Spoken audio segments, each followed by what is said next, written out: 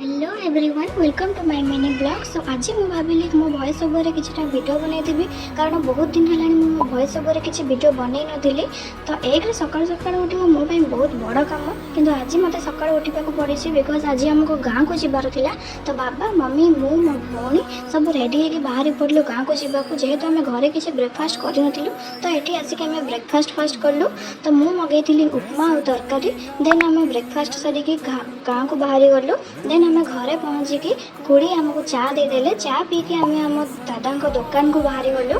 Then दादा दुकान में बसिकी बहुत सारा गपसप कलु। देन दादा आमको ठंडा धरइले। ठंडा पीकी मो भौणी ये मोर नेल आर्ट करुच्ची सी कौन कर जना। देन मो दादा कहले मत भी दे मुझे नेल आर्ट करी। देन आम सेठू आसिकी लंच कलु। लंच सारिकी आम इवनिंग रे बाहरी पड़लु कटक रिटर्न पाई। तो बाटर आमको गुपचुप वाला देखाला तो भाविलु गुपचुप भी खाई देकी जीवा। देन गुपचुप खाई सारिकी आम रिटर्न कलु। देन आसला बेलू संध्या हो जाता कि न करिकी भी मो हाल देखो केमती ढिला हो जाए। So see you in next video. Thank you.